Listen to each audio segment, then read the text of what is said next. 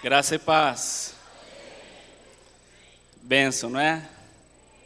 Abra sua Bíblia, por gentileza, em Lucas. Evangelho de Lucas.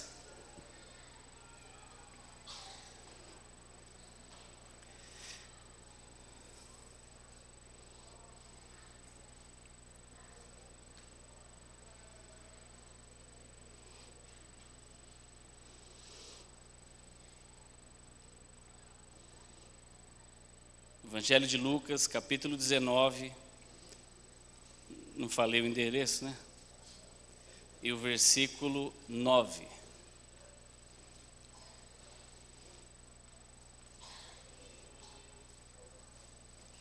Lucas 19, 9. E diz assim: E disse-lhe Jesus: Hoje veio salvação a esta casa, pois também este é filho de Abraão. Vou ler novamente, Lucas 19, 9, disse-lhe Jesus: Hoje veio salvação a esta casa, pois também este é filho de Abraão. Vamos orar. Pai, muito obrigado, Senhor. Muito obrigado por esta manhã, muito obrigado por esse tempo tão especial que o Senhor preparou para estarmos aqui. Obrigado por tudo que o Senhor já começou a fazer aqui desde o primeiro instante desse culto. Na verdade, eu creio que desde a hora que os nossos irmãos chegaram para ensaiar, para se preparar, para preparar a portaria, para preparar o ambiente, o Senhor já estava trabalhando. E nós te agradecemos, porque todos nós somos privilegiados por estarmos neste lugar, nesta manhã, congregados. Nós sabemos que a sua casa somos nós. A tua palavra diz que nós somos o templo do teu Espírito Santo. E o Senhor habita em nós através do teu Espírito Santo. Mas aqui neste lugar, é um lugar de estarmos congregados, como igreja, como irmãos, como família. E é um privilégio, Pai, estarmos aqui ministrando ao Senhor, sendo ministrados, vendo nossas crianças, nossos filhos crescerem em graça, em sabedoria e em estatura. E nós te agradecemos, Senhor, porque a tua palavra diz que quando nós estamos juntos em comunhão, o Senhor ordena a bênção. Então, nesta manhã, eu creio, junto com meus irmãos, que há uma bênção especial derramada sobre este lugar por causa da nossa congregação, não só aqui, mas em tantos outros lugares. E nós te pedimos que o Senhor trate conosco, assim como já tem feito neste lugar, todos os dias em que nós nos reunimos. Que a tua palavra venha falar conosco. Em nome de Jesus. Amém. Muito bom. Jesus estava num ambiente aqui, é interessante ver que os evangelhos eles vão retratando a passagem de Jesus, né, os feitos, as obras, as peregrinações, por que não dizer as andanças de Jesus, enquanto ele esteve aqui operando, ensinando, crescendo. A Bíblia diz que como homem, né, como menino, como adolescente, como jovem e depois como homem.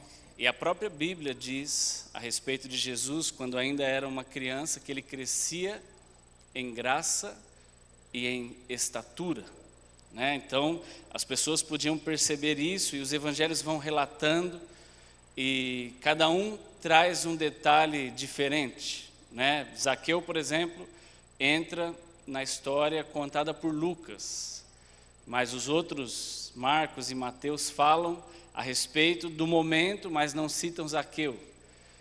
E Lucas também fala sobre o cego nesse mesmo momento, mas não dá o nome do cego, e Marcos dá o nome e fala do cego chamado Bartimeu. Enfim, cada um dos contadores, né, dos 4 evangelhos, principalmente os 3 primeiros, falam a respeito destas coisas que Jesus fez e como ele operava, como ele caminhava, como ele agia. E Jesus não fazia nada sem propósito. Eu creio que ele já tinha no coração todas as coisas, tudo que ele ia fazer durante aquele dia, onde ele ia passar. É interessante perceber que em alguns textos, né, por exemplo, quando Jesus encontra a mulher samaritana, no começo do texto, diz que era necessário que Jesus passasse por aquele lugar, por Samaria, mas ele poderia ter escolhido outro. Então, a Bíblia dá detalhes, dá algumas dicas de como Jesus já estava firme em um propósito, e quando ele veio aqui, é bastante claro para nós que já estava tudo planejado, né? Ele já tinha todas as coisas no seu coração e alinhado, obviamente, com seu Pai, que é Deus. Tanto é que em alguns momentos, José e Maria, preocupados em achá-lo, em encontrá-lo, e ele respondia o quê? Estou tratando das coisas do meu Pai. E não era fácil para eles, eu imagino, compreender aquilo, mas Jesus tinha ciência de tudo que estava fazendo. E nesse ambiente aqui, Jesus contou uma parábola um pouco antes. Ele falou assim, eu creio que foi tudo na mesma situação ali, tudo nos mesmos dias, 1 ou 2 dias para trás, um para frente, a Bíblia não detalha isso, mas Jesus estava reunido com o povo e ele falou para eles, tinham 2 homens, um fariseu e um publicano. E os 2 homens entraram na igreja, no templo, né? Não se chamava igreja na época, mas sim sinagoga, até porque na época não existia a igreja como nós somos, né? Outro dia o Paulo Henrique fez uma ministração aqui muito esclarecedora, e ele falou algo que a maioria de nós às vezes não se atenta. A igreja não começou quando Jesus nasceu, a igreja começou quando Jesus morreu e ressuscitou. A igreja começa em Atos. Então, nos 4 evangelhos ainda não tinha igreja. Tinha Jesus e tinha todo o ambiente que era ainda governado pela lei. Então, Jesus dá uma parábola, já prevendo o que aconteceria instantes depois. E ele fala assim, 2 homens entraram na sinagoga, um fariseu e um publicano. E o publicano, não sei se você lembra, mas é esse cara, cobrador de impostos, como Zaqueu. É esse cara que era visto como alguém que roubava das pessoas, cobrava mais do que deveria, cobrava um valor além, indevido, né? Tanto é que em algumas versões, eu li ontem naquela versão que o pastor Francisco me deu a Bíblia, o mais importante é o amor, e lá fala um cobrador de impostos injusto e ladrão.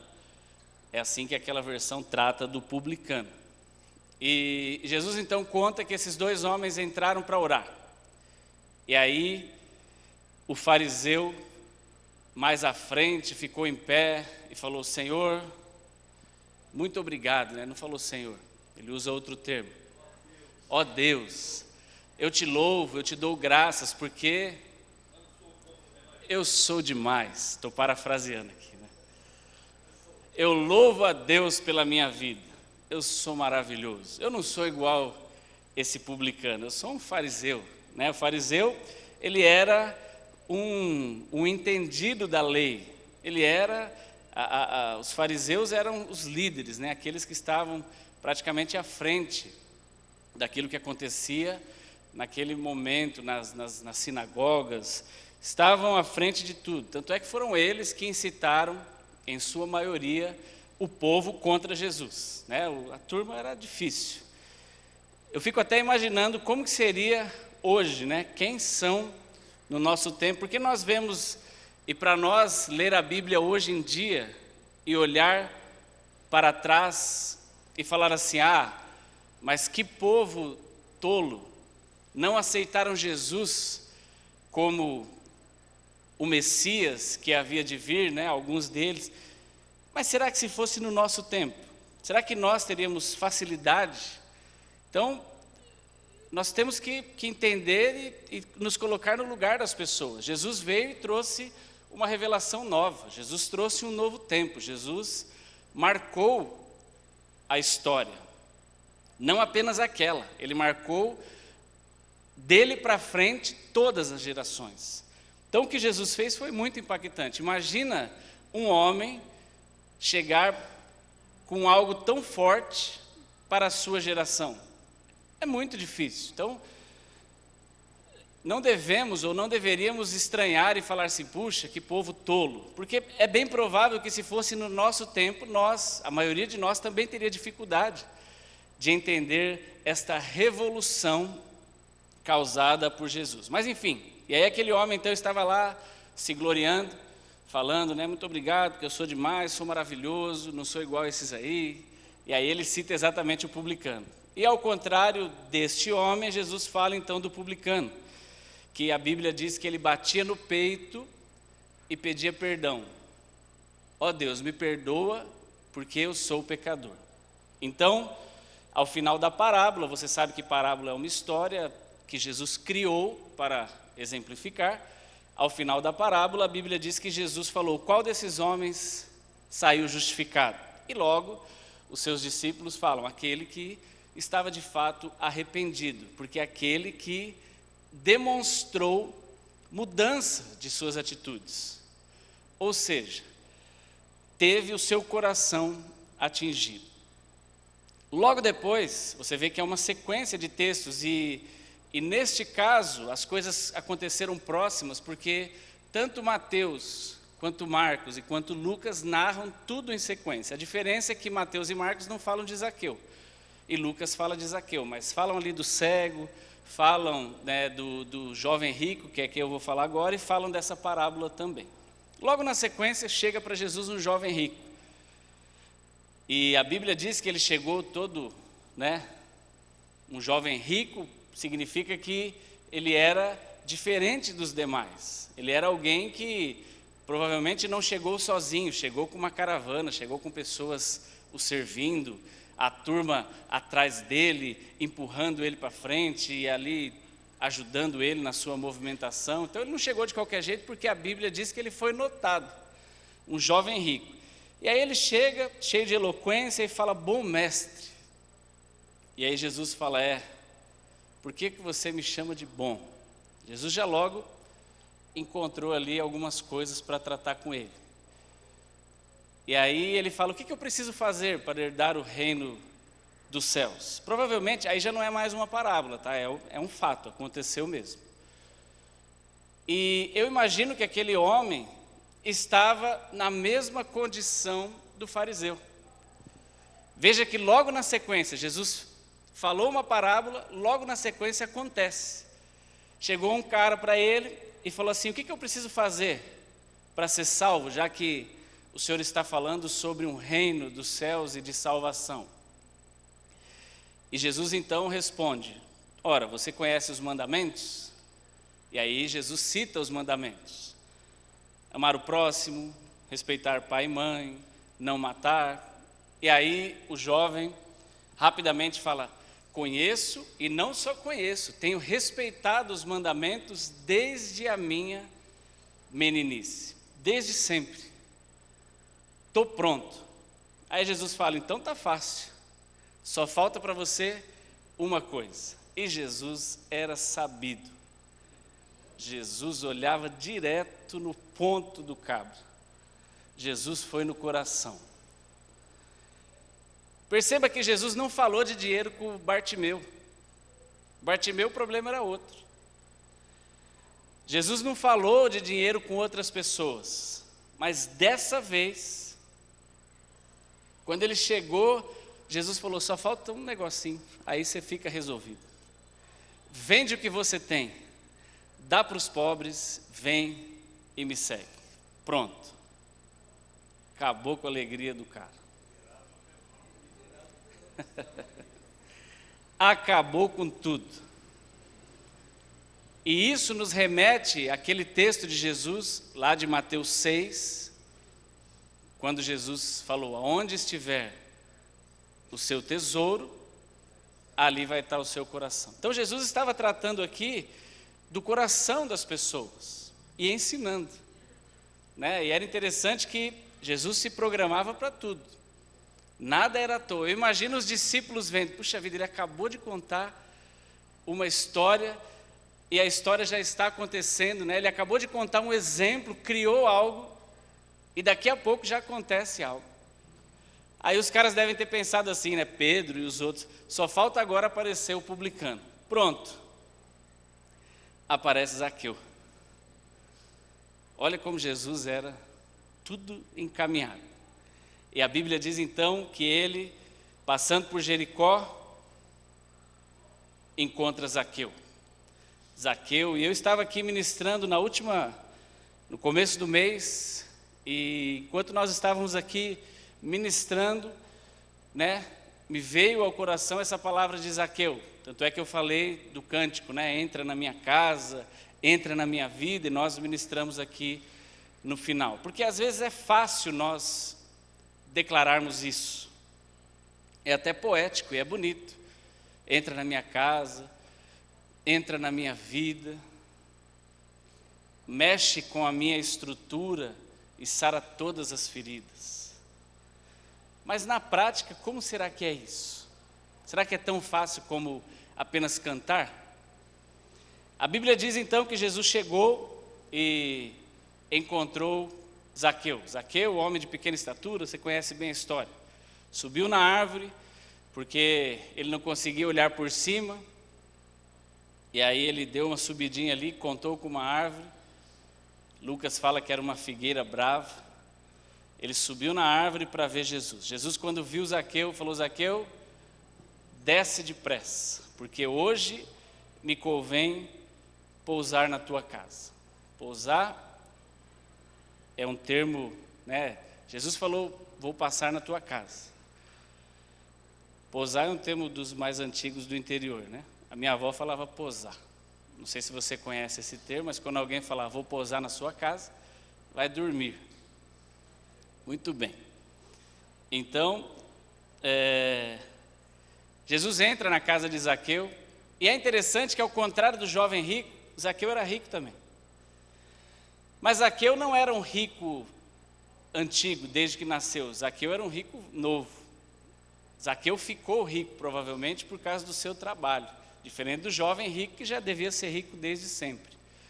Zaqueu ficou rico porque a Bíblia não conta tudo, mas a Bíblia dá indícios de que os cobradores de impostos, eles pegavam sempre a mais. E coagiam as pessoas a pagar-lhes mais do que era devido. Então Zaqueu foi juntando bastante dinheiro.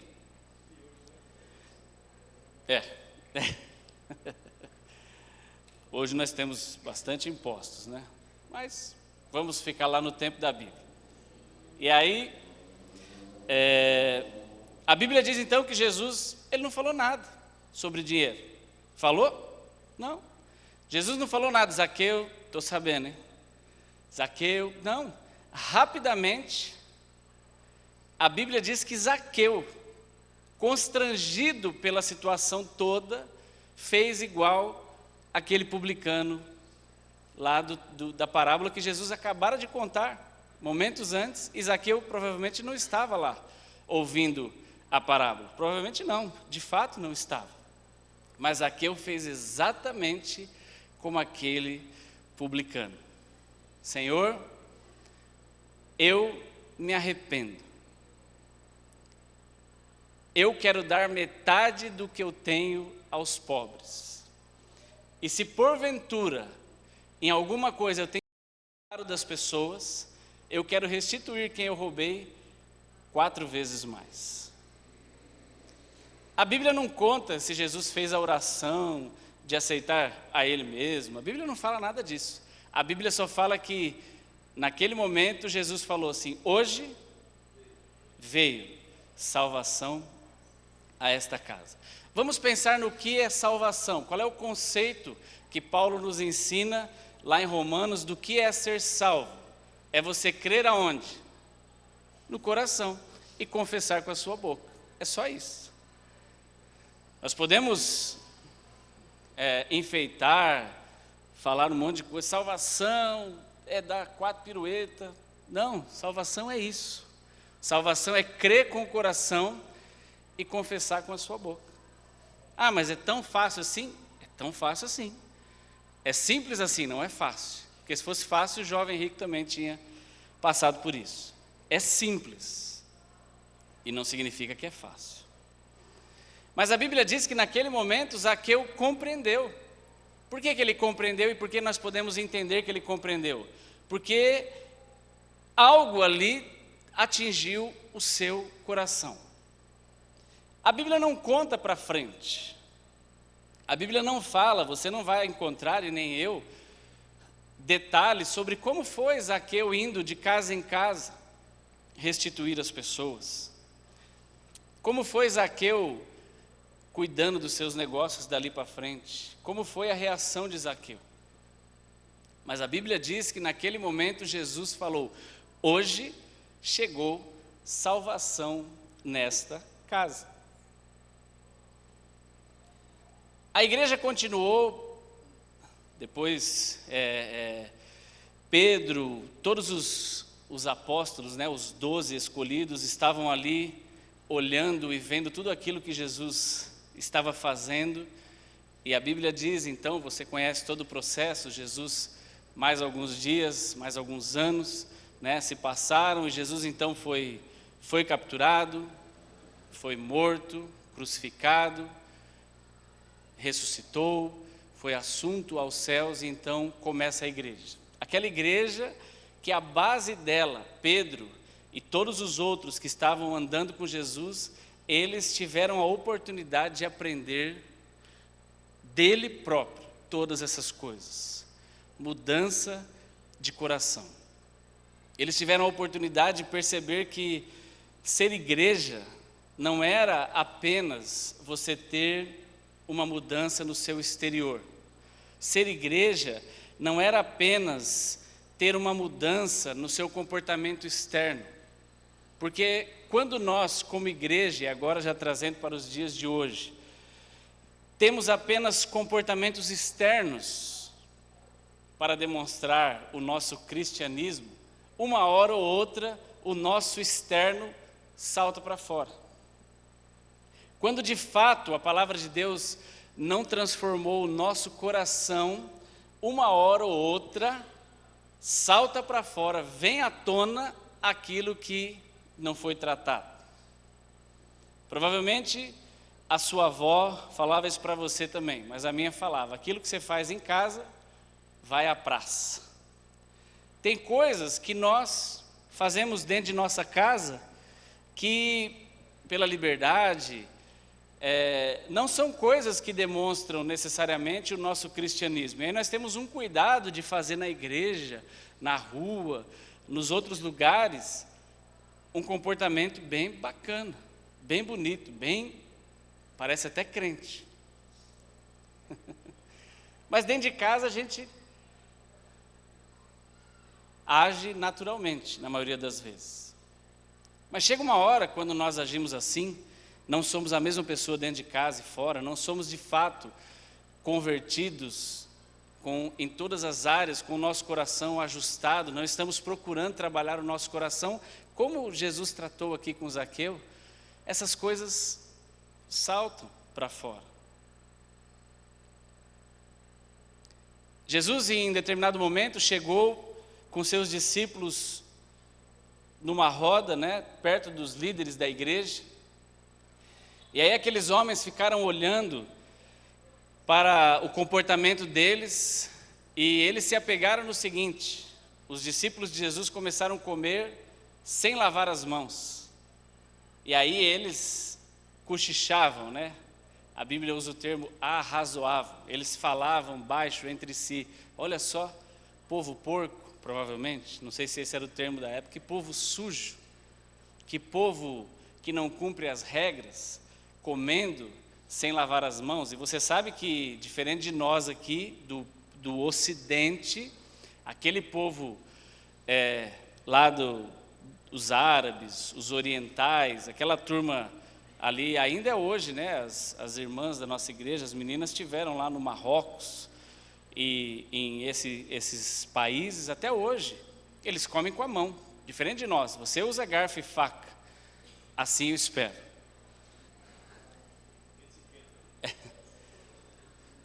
Alguns usam colher, mas nós usamos lá um instrumento, não tem problema, né? Meu sogro gostava de comer de colher, nunca gostou de comer de garfo. E tem pessoas que gostam de comer de colher, até porque colher vem mais.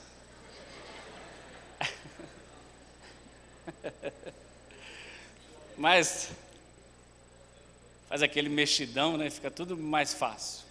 Mas o fato é, você usa um instrumento. E o povo desses lugares, até hoje, eles comem com a mão.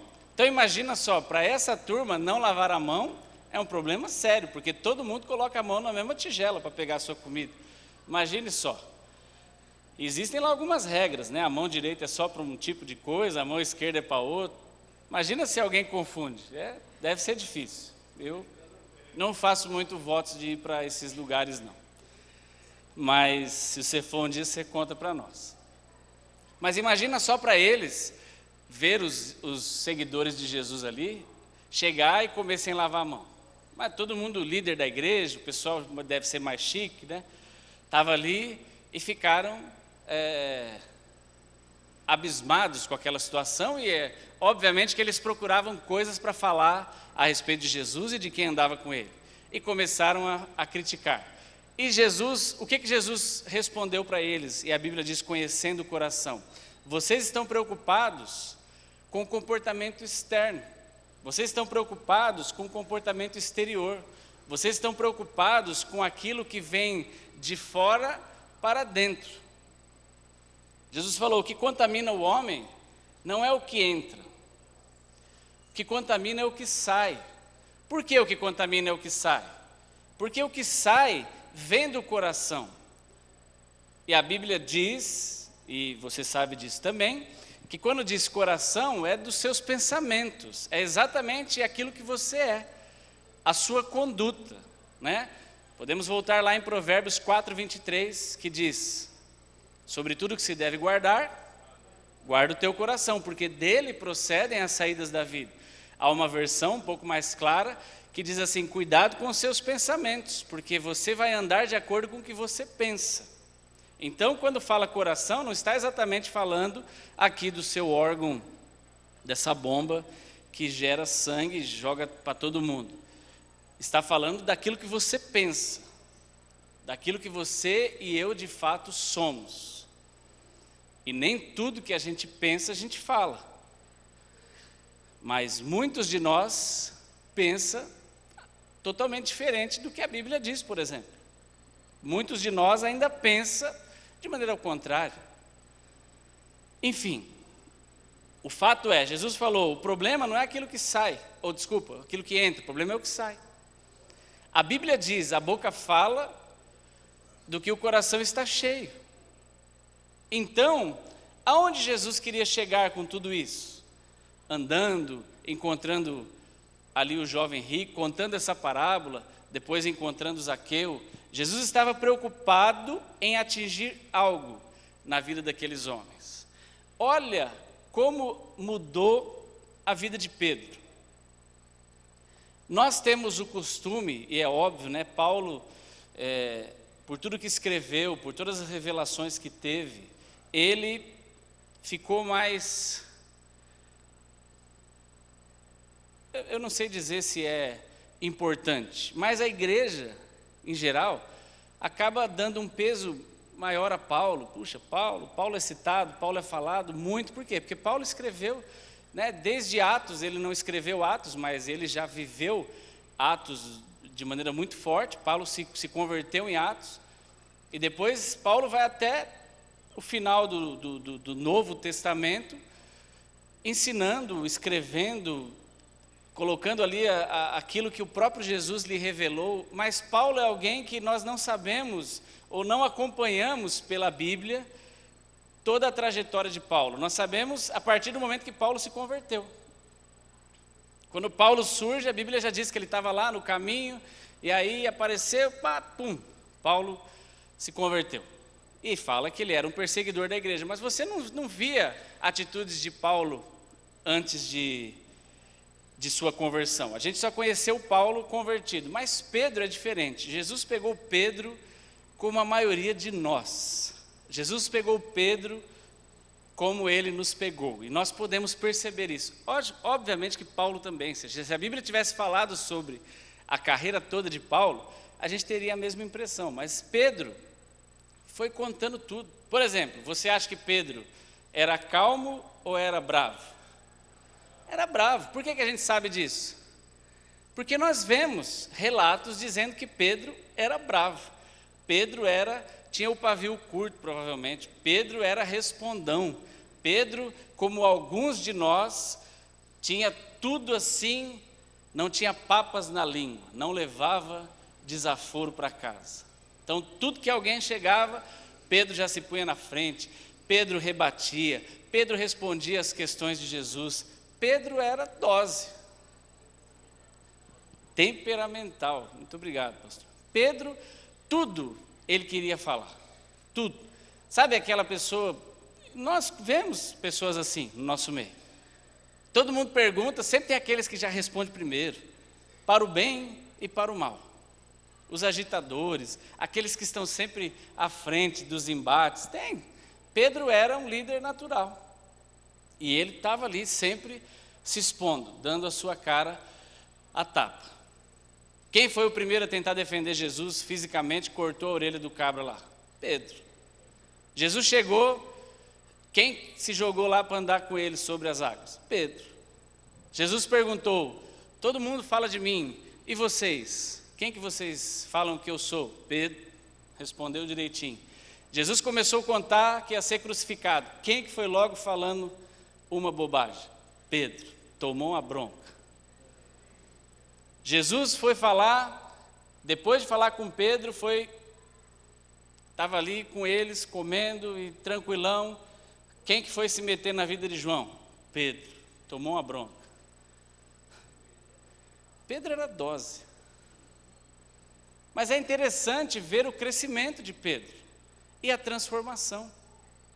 Pedro, de fato, foi alguém que foi transformado, porque viu Jesus operar, viu os ensinamentos, ouviu as parábolas, viu a história, viu chegar o jovem rico logo depois da parábola e viu chegar Zaqueu logo depois da parábola. Pedro falou, esse Jesus, eu imagino, né? Não é possível que não seja verdade tudo que esse homem está falando. E Pedro não podia ter uma evidência maior do que ele acompanhou Jesus o tempo todo, e logo que Jesus vai aos céus, antes disso, né, ali no capítulo 1 de Atos, Jesus já vinha dando indício e ele falou assim, olha, fique aqui um pouquinho mais só, que daqui a pouco vai vir sobre vós o Espírito Santo. Vocês vão receber o Espírito Santo e vão testemunhar. Isso vai ser um poder que vai vir sobre a vida de vocês. E vocês vão ser minha testemunha em Jerusalém, na Judéia, em Samaria e até aos confins da terra. Pedro e os outros acreditaram, ficaram, e logo no capítulo 2 de Atos acontece tudo aquilo. Quem é o primeiro, né, que a Bíblia já logo fica em evidência? Pedro. É o primeiro pregador que a Bíblia fala ali, já pós Jesus. Então, logo no capítulo 2 ali, falando a respeito de como ele começou a defender aquela situação do Espírito Santo, e a Bíblia diz que na sua primeira mensagem, 3.000 almas se converteram. Enfim, e aí depois você conhece toda a história de Atos.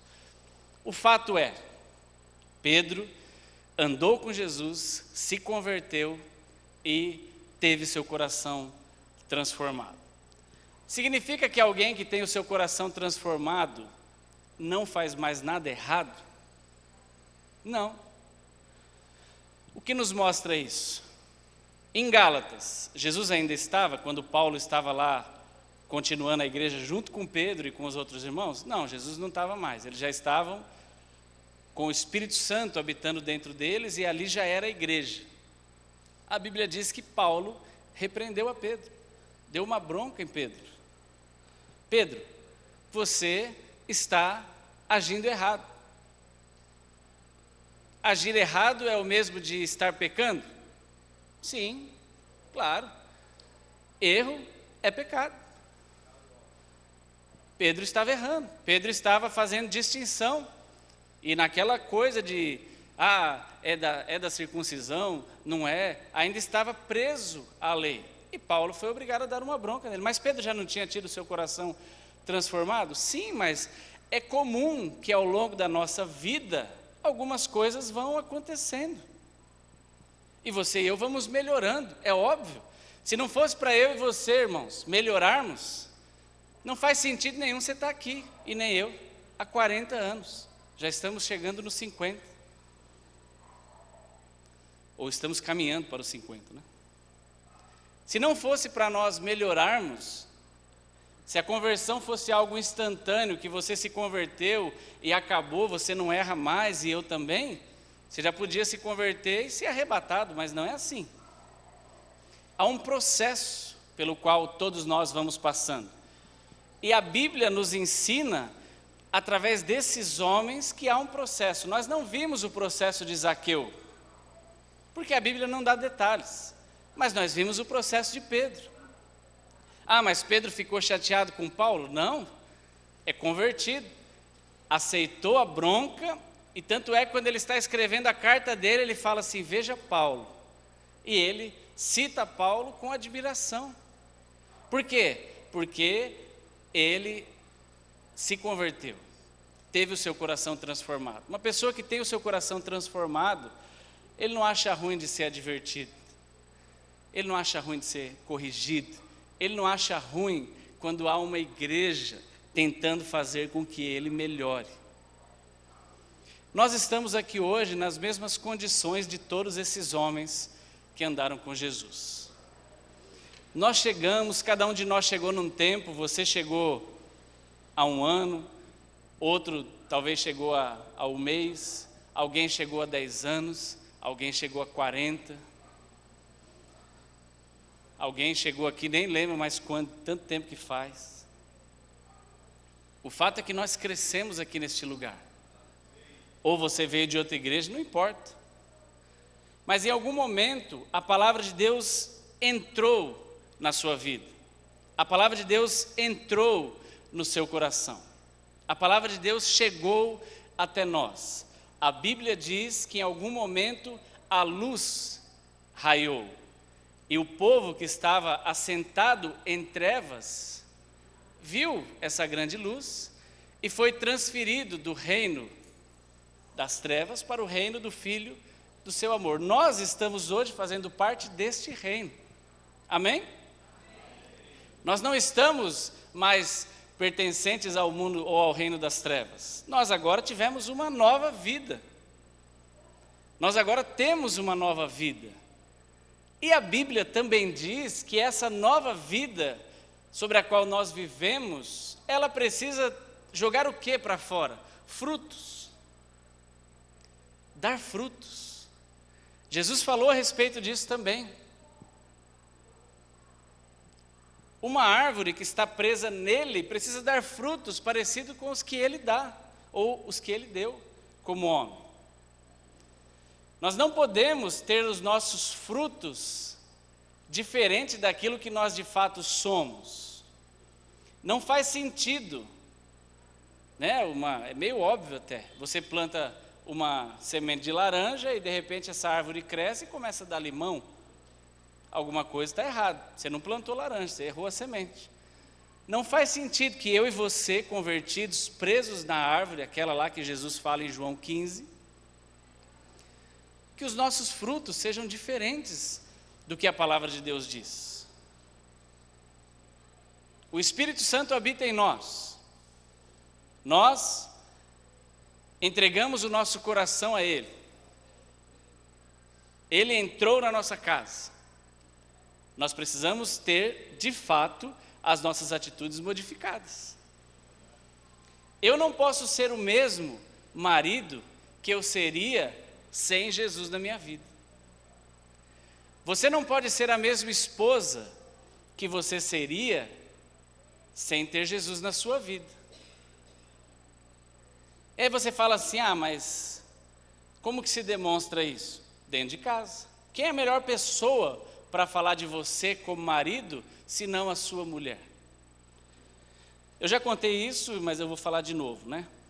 Uma vez o pastor Rui fez aqui um encontro de homens, e eu achei muito interessante, que ele começou falando assim: olha, cada um de nós pegue um papel e coloque a sua nota de marido.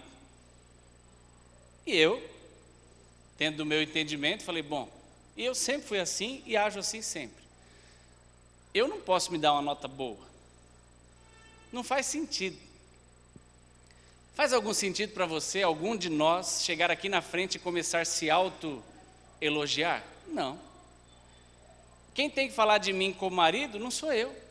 É o Heitor que vê as minhas atitudes de marido. É a Nádia que vê as minhas atitudes de marido e recebe, bebe disso.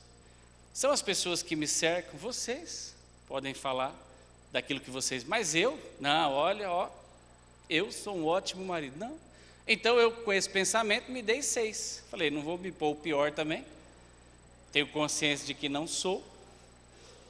Mas também não vou me dar 9,8. Seria muita pretensão de minha parte. Deixa que ela dê. Na reunião das mulheres, espero que alguém pergunte, eu vou ficar curioso para saber. Quando o pastor Rui começou a comentar as notas, era só 8. 9, glória a Deus. 7,8, 10. De repente ele chegou 6, falou, vamos orar por esse irmão. Mas será que é verdade? Será que de fato nós somos tudo isso que nós achamos que somos? Né? Ou nós estamos nos auto-valorizando demais? E eu vou falar uma coisa para você. Você né? Há uma máxima aí que diz que de fato, você é aquilo que você faz quando ninguém está vendo. E eu vou contar um testemunho ótimo, maravilhoso. A melhor coisa é quando você faz as coisas achando que ninguém está vendo e está todo mundo vendo. Porque de repente você é descoberto. E o que eu vou contar aqui é uma benção. E eu espero que os irmãos me perdoem, né? De antemão, eu espero que eles não achem ruim comigo. Mas nós temos um grupo da liderança, um grupo de WhatsApp. Toda a liderança da igreja está nesse grupo. E aí, outro dia, tivemos, vou até abrir aqui para ler exatamente a mensagem. Olha que benção que eu sou, hein? Outro dia, nós fizemos, né, normalmente o Samuel, nós temos proposto algumas decisões da igreja, que não seja uma pessoa só falando vai ser assim, assado. Vamos tomar algumas decisões em conjunto. Então o Samuel colocou lá no grupo, pastor Samuel, 3 opções. Falou, pessoal, queria que vocês comentassem aqui. Ele abriu o grupo para isso, porque normalmente o grupo é só para recados, então não é um grupo aberto para todo mundo comentar e falar, porque você sabe, você participa de grupos da sua família e você sabe que todos nós coça a mão para você falar bom dia, boa tarde, boa noite, boa madrugada. Tem gente que não se contenta, ele gosta de dar 2, bom dia, bom dia, bom dia. Então, para isso não acontecer, são muitos grupos, o grupo é fechado. E aí, então ele abriu o grupo. E um dos nossos irmãos, maravilhoso irmão, ele mandou uma mensagem para a esposa dele, achando que estava mandando só para ela. Mandou no grupo. Olha que coisa linda. Imagine só se ele fosse um mau marido. Todos nós íamos saber. Mas eu não tenho dúvidas de que ele é um bom marido e que trata bem a sua esposa, nesse aspecto. Porque às vezes você pode pensar, mas que bobeira, né? Só porque ele mandou uma mensagem. Vai você se converter também e mandar boas mensagens para a tua esposa. Porque às vezes nós falamos, isso é bobeira, mas não é. Nós, no nosso modelo Shrek, achamos que as nossas esposas não são alimentadas por isso. Não são, como é que eu posso dizer? Não têm os seus copos cheios, né? As suas taças cheias por essas mensagens amorosas. E quando eu digo isso, meu irmão, é o seguinte, vou traduzir para a linguagem de hoje. Você que é casado assim como eu, nós queremos viver um bom casamento. Jesus nos prometeu uma vida e uma vida em abundância. Amém? João 10:10. Está lá, está escrito na sua Bíblia. Mas às vezes eu acho que alguns casais preferem ficar na parte do matar, roubar e destruir, porque o próprio marido se deixa ser instrumento para matar o amor da mulher, e vice-versa. É verdade. E aí a gente põe a culpa no diabo, mas não é o diabo não, é você e eu. Porque a gente tem a oportunidade de fazer coisas boas. Todo mundo que é casado quer viver bem, quer namorar, ou não? Só eu? Amém, ó. Tá vendo? Glória a Deus. Pelo menos a Daniela quer. Viu, Marcelo? Vai que é sua, como diria o Galvão. Então, todos nós queremos, mas você maltrata a semana toda. Bárbara ali, acabou de casar, feliz da vida, né? Aí o cabra maltrata a mulher a semana toda, o dia inteiro, não dá uma mensagem de amor, de alegria, de você está linda, eu te amo, bom dia. Fica dando bom dia no grupo, manda mensagem para todo mundo, mas não manda para a mulher. Esse irmão, olha que lindo, mozão, está tudo bem com você? Irmãos, alguém pode falar assim, mas que bobeira. Não é, foi de Deus. Foi de Deus para ensinar para todos nós, discípulos do Shrek, que você tem que tratar bem a sua mulher. Ou não? Eu vou perguntar para a esposa dele, Hilda, foi só aquele dia? Todo dia. Aí, não precisa nem ela falar, a gente sabe pelo grupo que o Pedro, que está ali doido para falar agora, que eu descobri ele, que é todo dia. Por quê? Porque ele mandou sem querer. Ele não mandou por querer. Fala, Pedro, está com a palavra. Olha lá. Abriu o celular para nós. Irmãos, aplauda o Pedro, por favor. Parabéns, Pedro. E parabéns, aplauda a Hilda também, porque olha, se o Pedro, depois de tantos anos de casado, quanto tempo, Pedrão? 32, irmãos. 32, tem gente aqui que ainda não viveu 32 anos de vida. Ele tem 32 anos de casado com a Hilda. E ele ainda, às 11 horas da manhã, manda para ela, mozão, tá tudo bem com você? Aí depois ele justificou, você ia falar, Hilda?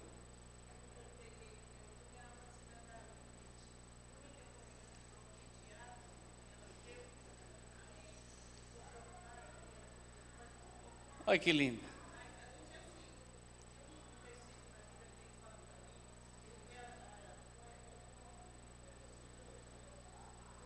Eu vou traduzir, tá bom? Peraí. Efésios 5:22. Fale, Pedro.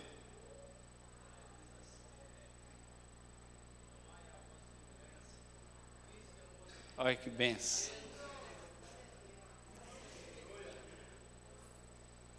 Muito bem. Tradução agora, para ficar na gravação. A Hilda estava nesse dia, tinha acabado de tomar vacina, então ela teve lá uma pequena reação, ele ficou preocupado, foi trabalhar, mas no meio do dia, mozão, deixa eu ver aqui, está tudo bem com você? Para todos nós, alguém timidamente, kkkk.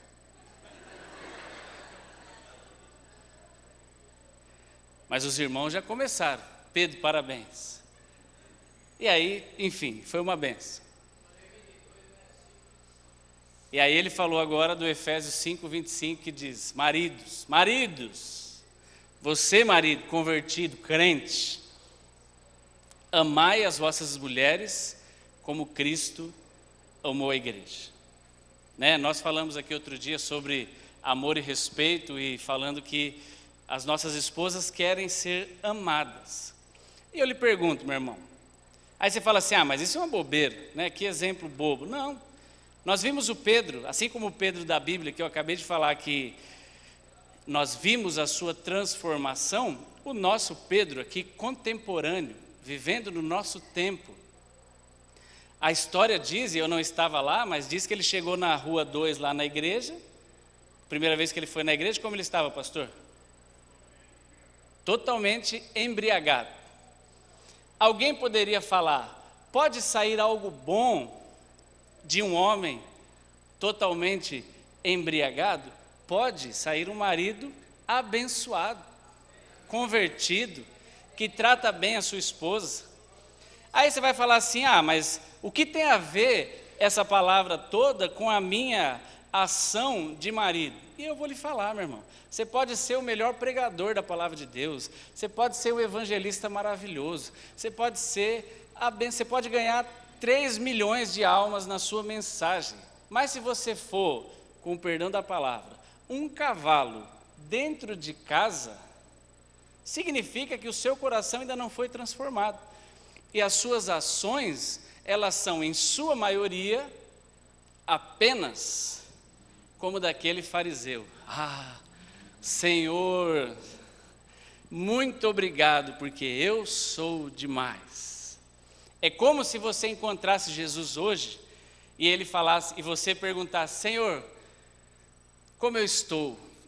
Estou pronto para entrar no reino de Deus? E aí Jesus ia falar para você, você tem cumprido Marcos 16:15, e você fala, com excelência, com louvor, levanto cedo, saio pelas ruas, no trabalho evangelizo, eu sou uma bênção. Você tem feito bastante as coisas aqui na igreja? Nossa, eu sou maravilhoso, Senhor, eu chego mais cedo, eu sou exemplar, eu até ajudo a limpar o banheiro, eu sou demais. Tudo isso tenho feito desde que eu me converti. E Jesus falasse para você, então falta só uma coisa para você. Volta para casa e trate bem a sua família. E pronto. Para a maioria de nós, seria uma burdoada na orelha. Porque nós só temos falhado nisso. É um exemplo. Às vezes, nós temos sido maravilhosos em todas as áreas, inclusive tratando bem a nossa família, mas nós temos errado no nosso trabalho. Às vezes, nós temos sido ótimos maridos, feito bem o nosso trabalho, e nós temos errado com os nossos filhos. Às vezes, nós temos feito tudo certo em casa, no trabalho, com os filhos, mas a respeito do reino, nós temos feito tudo errado. Eu não sei. Eu não estou com você o tempo todo. E você também não está comigo o tempo todo. Quem está conosco o tempo todo, a Bíblia diz que é o Espírito Santo. Ele está conosco o tempo todo. Então, olhando para todas essas histórias que nós compartilhamos aqui, o jovem rico, a parábola, o Zaqueu, Pedro,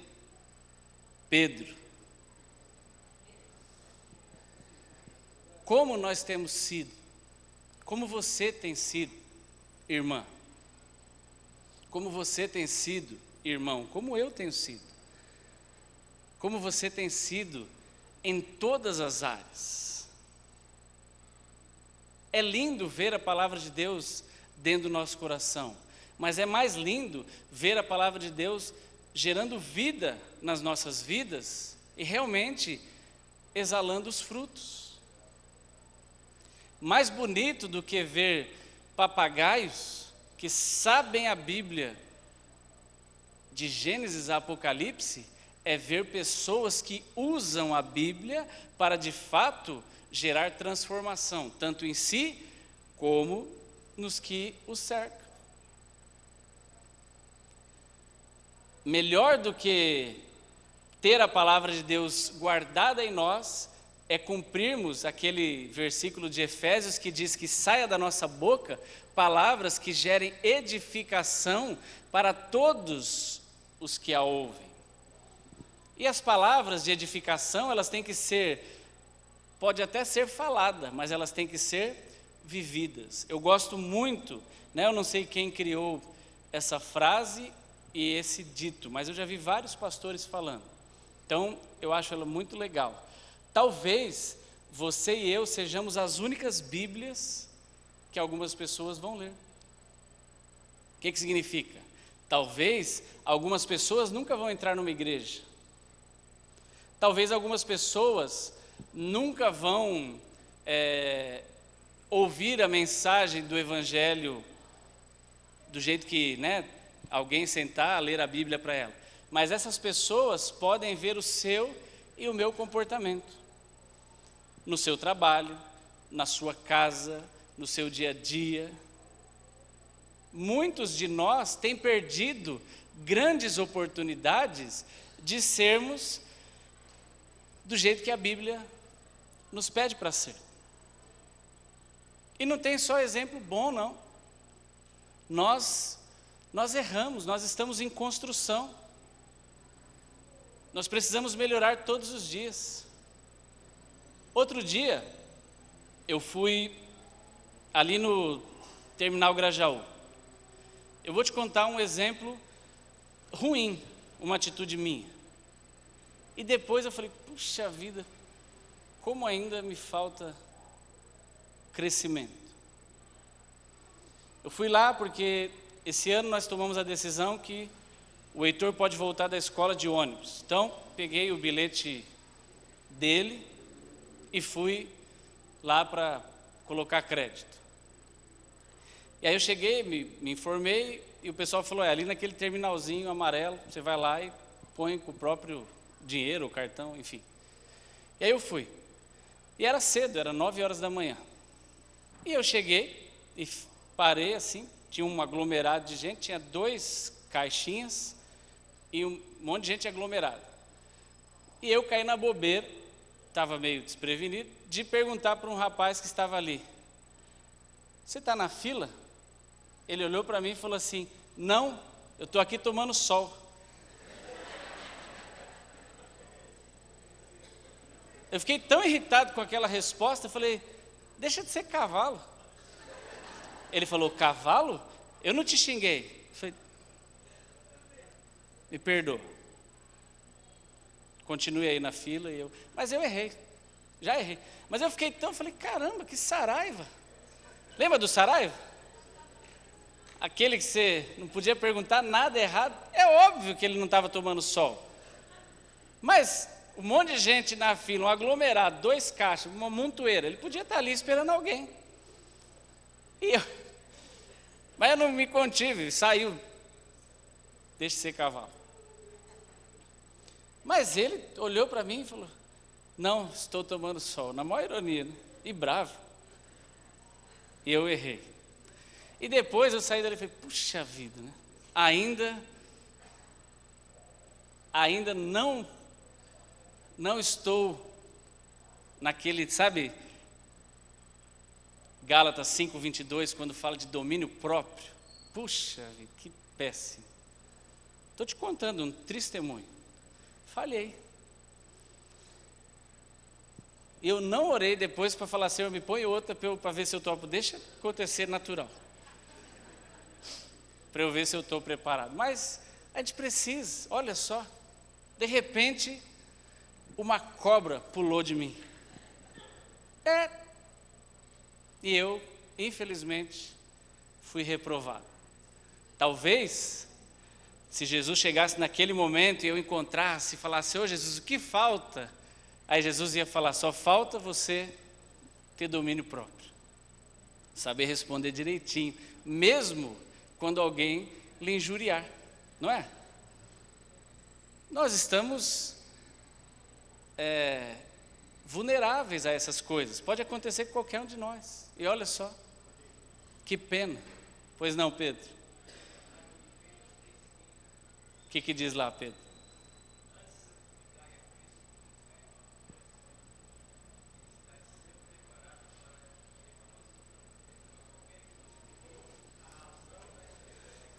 Vou até ler, Pedro.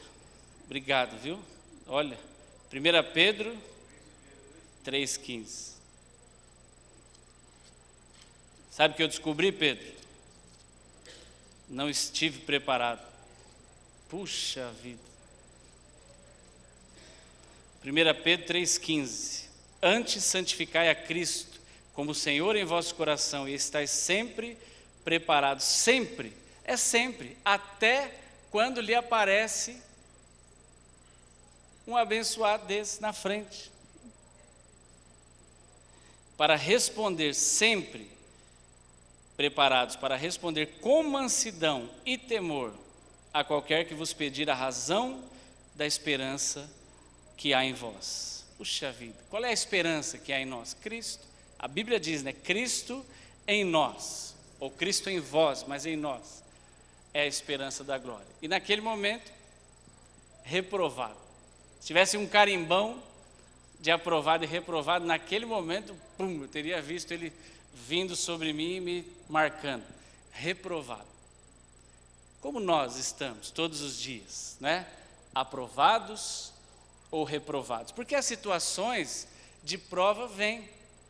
As situações, o que é prova? Prova é exatamente isso. Aparecer alguém na tua frente, justamente para testar se a tua resposta está afinada com a palavra de Deus ou não. E nessas horas eu gosto de pensar assim: será que se fosse alguém, será que se fosse o pastor Disseu ali na fila e eu perguntasse, é impossível isso, né? Ele me responder mal, mas eu perguntasse, pastor Disseu, o senhor está na fila? E ele virasse para mim e falasse, não, estou aqui contando o tanto de pessoas que passam, estou aqui tomando sol. Será que eu ia responder-lhe mal? Não, porque eu teria o cuidado, é o pastor Disseu. Olha como nós erramos. Então, que sirva para todos nós. Mas eu não falei tudo isso para dar esse fechamento. Eu falei tudo isso para que eu e você olhemos para dentro de nós. Eu queria te convidar a ficar em pé, para nós orarmos. Porque assim como houve, a Bíblia diz que houve transformação na vida de Zaqueu, independente do que aconteceu depois. Nós não sabemos se Zaqueu, né? Até comentei aqui aquele dia, eu não sei se Zaqueu foi bem tratado por todas as pessoas que ele foi lá restituído, não sei se ele foi maltratado, eu não sei se alguém debochou dele. Mas a Bíblia diz que quando Jesus o encontrou, Jesus falou, hoje chegou salvação nessa casa, porque Jesus viu transformação do seu coração. Pois não, Adão?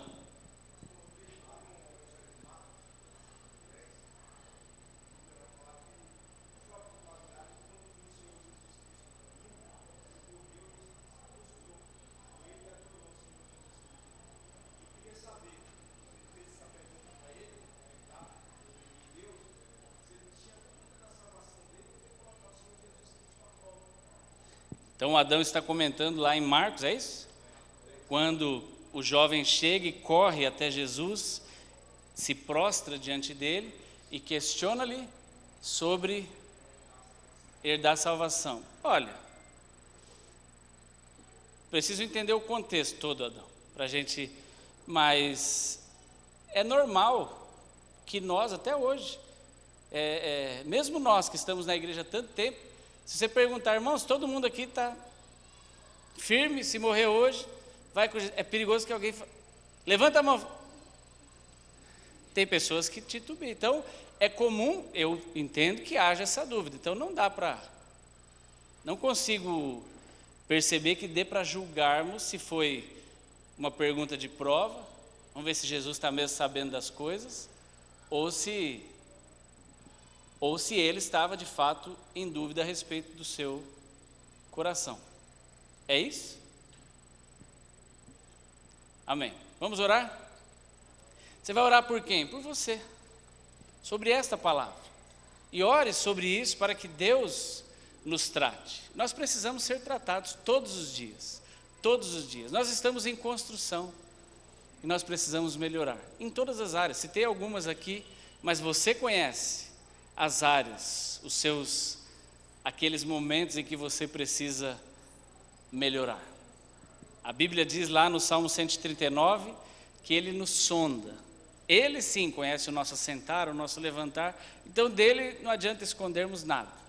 Ele sabe de todas as coisas. Então fale com Ele e Ele vai tratar com cada um de nós. Pai, nós te pedimos, Senhor, nesta manhã, sobre esta palavra, nós não somos sabedores de tudo, nós estamos aqui como filhos, nós estamos aqui como servos para aprendermos, Pai. Muito obrigado pelos exemplos, pelas histórias que a Tua palavra nos deixou e nos deixa todos os dias e geram vida em nós. A Tua palavra é vida para nós, porque o Senhor é o Verbo que se fez carne.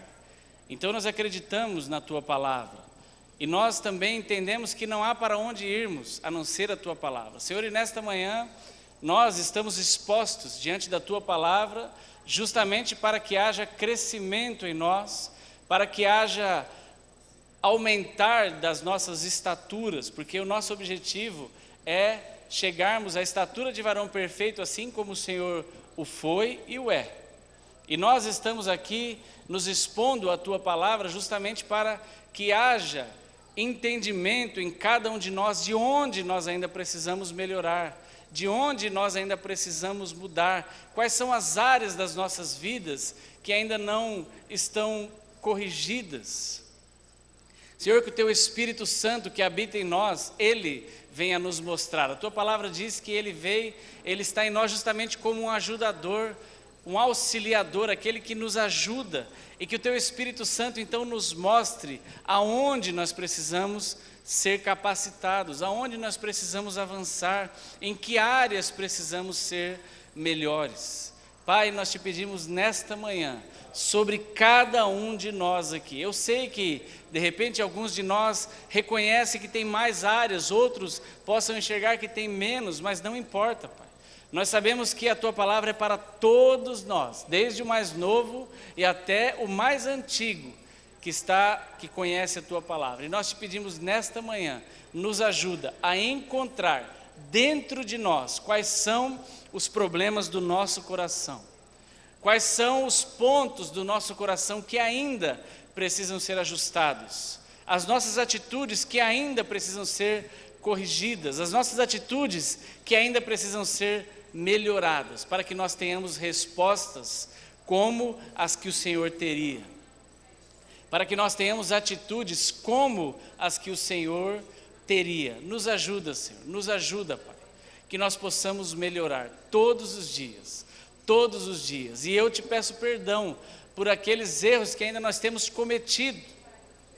Tanto tempo estamos diante de Ti, tanto tempo expostos à Tua palavra, mas ainda temos falhas. Que o Senhor nos perdoe e que o Senhor, como um bom Pai que é, nos corrija e nos coloque realmente situações para que possamos ser aprovados. E eu já profetizo sobre a minha vida e sobre a vida dos meus irmãos, situações onde seremos aprovados, como bons filhos, como bons servos que somos, discípulos Teus. E é isso que nós Te pedimos nesta manhã, em nome de Jesus. E amém.